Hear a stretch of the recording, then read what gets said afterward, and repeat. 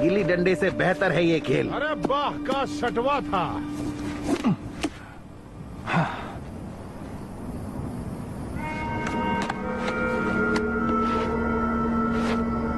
ये संदेहजनक है। माफ कीजिएगा इंस्पेक्टर रैंगो, जूतों को साफ न कर सका। अगर आप खेल खेलना चाहते हैं तो आपको भी जूते बदलने पड़ेंगे। क्या करें, यही खेल का कायदा है। खेल के बारे में तो नहीं जानता, पर कायदे की बात करने आया हूँ आपसे कुछ जरूरी सवाल करने।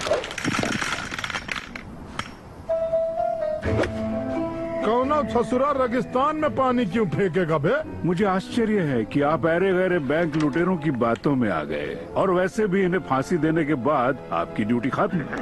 क्या बात है भाईजान। पर बैंक को तो शायद पहले ही किसी ने लूट लिया था। और कौन लूटेगा बैंक को इंस्पेक्टर रैंगो? मुझे तो लगा था ये शायद आप ही को पता होगा। आप तो मुझे ही शक के घेरे में ले रहे हैं। हाँ, ले तो रहा हूँ।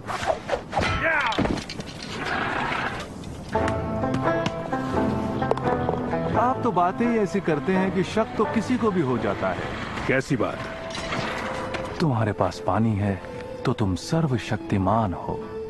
बस भी करो इंस्पेक्टर रैंगो, प्रकृति के नियम की बात कर रहा था मैं भला प्रकृति से कैसे खेल सकता हूँ? आप प्रकृति से बड़े तो नहीं है, पर उससे खेल तो सकते हैं। खेल खेलना तो मेरी फितरत में है। ये जगह एकदम वीरान पड़ी थी जब मैं यहाँ रहने आया। मेरी आंखों के सामने इतिहास लिखा जा रहा था और मैंने एक दो बातें सीख ली।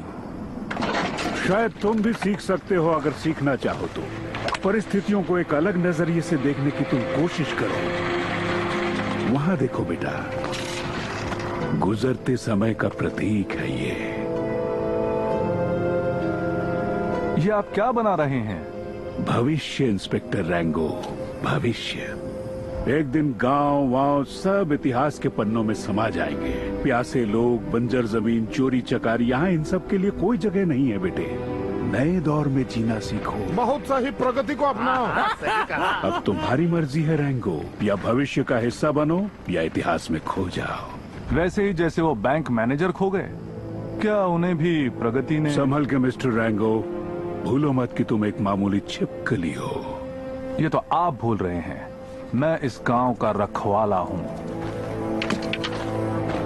हमारे इंस्पेक्टर श्रीमान कुछ ज्यादा ही जांच पड़ताल कर रहे हैं, हमें समझना पड़ेगा। तुम एक काम करो, कांचा को बुला लो। बास कांचा तो यमराज है, और अगर आ गया ना तो सीधे तबहिया मचाएगा। बुलाओ उसे।